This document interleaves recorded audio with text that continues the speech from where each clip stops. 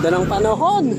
Pwede tayong maggala mga bossing. Yo, what's up mga boss? Ngayong araw mga bossing, ang gala natin ngayon, pupunta tayo ron. Alam niyo yung tindahan na pinupuntahan natin mga boss? Yung tindahan na puro Japan surplus din, yung bahay nila. Kung natatandaan nyo yun, yung bumili tayo ng mga Beyblade, yung marami tayo nakuha. Ngayon, may kukunin tayo sa kanila mga bossing. Tignan ko kung nandoon na kasi bigla-bigla na lang akong pumupunta eh. So may kukunin tayo ngayon yung Hot Wheels racetrack. Sa pagkakatanda ko kasi, may Hot Wheels racetrack sila doon. Kaya yun yung pupuntahan natin. So maganda panahon, December 21 na ata ngayon. Oh, December 21, magpapasko na kaya. Tara, excited na ako. May gagawin kasi ko sa Hot Wheels racetrack na yun eh.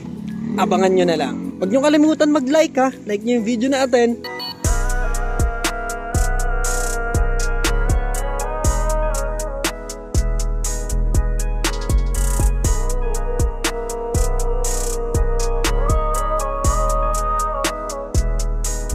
Uy, pang Tamiya to ah. Yan, natatandaan mo yung inalok mo sa akin na racetrack na color orange? Ano po yan? Tommy. Yung racetrack yun? Yung pang para siyang pang Hot Wheels.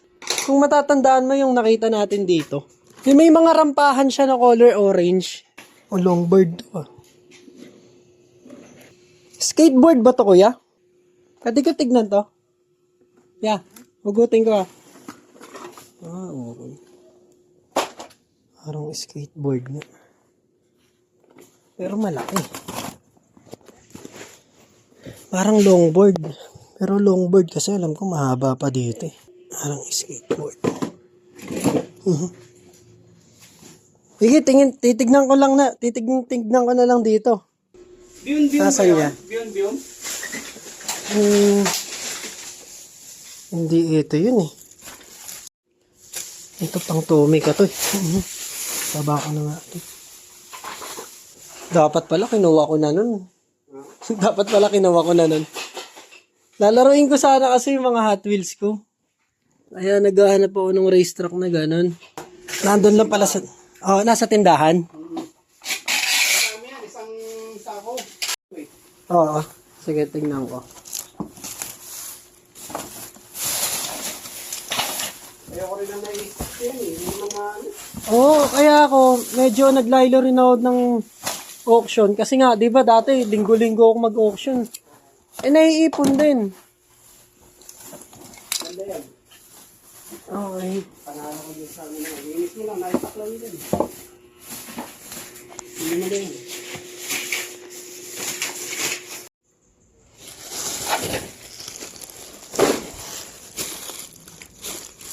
Hanap po na tayo ng mga iba nating pwedeng ma-resell. Pwede natin ibenta rin.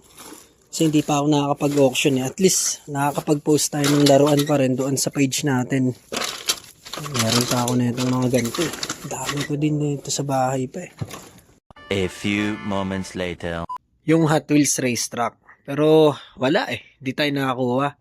Pero may nakuha ako na dalawang skateboard mga boss. Nasa tingin ko mga bossing parang special tong dalawa na to.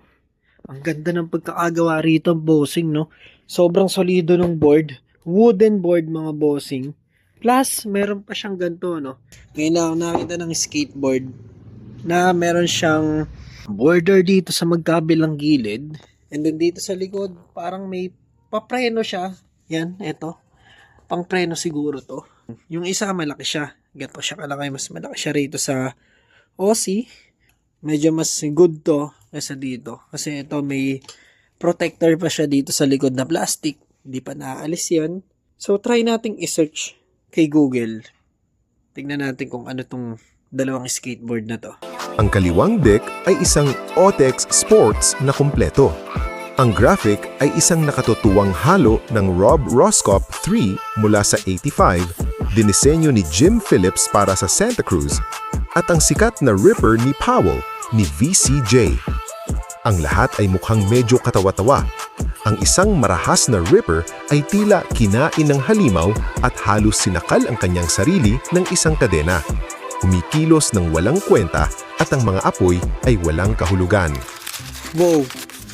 From 80s pa pala to mga bossing, 1980. Etong isa na to, 1985. Ito naman from 1980, siguro mga ganun din. 85 pataas siguro or pababa mga boss. Ito kasi sinearch ko. Wala nang lumitaw, meron lang description na pinakita na from 80s. Ito mismo, may picture siya na from 1985 mga bossing ko. Vintage na pala to mga boss. So dito na ako magbabago ng isip. Siguro ikip natin tong dalawang skateboard na to mga bossing. Grabe 1985 pero halos good condition pa. Etong itim, ang problema niya lang dito, so kailangan nating palitan siguro yung bearing ng gulong. So medyo stock up na kasi, katulad nito, ito stock up na talaga. Etong isa naman, siguro langis lang to. Pero yung gilid niya, medyo makinis pa mga boss. Kasi biruin mo itong tornilyo na to, nung 80s pa yan.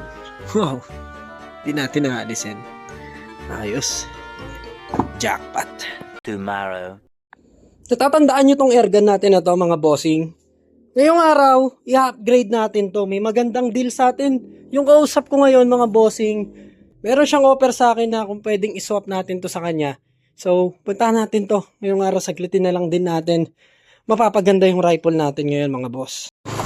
Natatandaan nyo ba tong daan na to mga boss? Dito tayo dati, di ba? Yan, dito natin dadalhin to mga bossing yung airgun natin. Isaswap natin kay kuya. Kung saan natin siya nabili nung una, doon din natin siya isaswap ngayon. Nakakamiss tong lugar na to mga boss. Paputok kasi, namiss ko magpaputok dito eh. Testing natin dito. Siyempre dapat may pang testing tayo. Oops, hindi pa na tayo testing yan eh. Uy, uy, uy, uy, ang galing. Uy, ang galing. Wow. Putang ina mo, lakas. Ito yung rifle na isaswap natin. Mas maganda siya ngayon mga bossing, may scope pa nakasama yun. Yun no. Mas mahaba to no. May suppressor. Lagay ko rito kuya. Ay doon. Yung scope na ito, nasisilip talaga siya. Ano yan? Dito.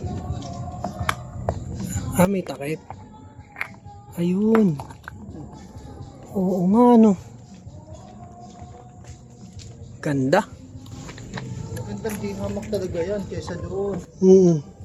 Tsaka talagang bagong-bago yan. Ito pag ginawa kong dark to, pwede naman kuya no. Pwede naman. Hindi naman naaagal yan. Kaya lang, mas maganda yan. Wood type. Oo. Ang kailangan mo lang gawin dyan, varnish. Tama. Kumintab. Kumintab no. Buti hindi ko pa na-out. Oo, ikaw ang pina-priority. Binenta ko yung gas type na isa para dito. Ay, ganun. Kaso nga lang 2 gives din. Next month niya pa ibibigay. Yung kasing sinasabi mo sa akin, meron ako yung... Oo. Yung 1911 ata yun. Hawakan mo tong trigger, saka ito sabay. Pagpiga mo, Okay. pigil mo yan. Piga, piga. Kasi pagkakargahan, di ba, kailangan nakababa? At least isa. Isang ganyan. So bago matapos ang taon mga bossing, eto na, yung bago nating rifle mga boss. Sobrang solid nito kasi may kasama na ngang scope. Tapos yung scope niya legit mga bossing. Mabigat, metal yung scope, tapos nasisilip natin parang sa COD no, parang yung pag naglalaro ako ng COD, meron ding crossbar mga bossing, tapos yung suppressor niya meron din. And then bago rin yung body nito mga boss, kung mapapansin nyo yung kahoy niyan, bago-bago pa talaga mga bossing, kagagawa lang. So next vlog, testingin natin to agad. So Merry Christmas sa inyong lahat mga bossing ko. Kita-kits tayo next video. Bye-bye. Peace.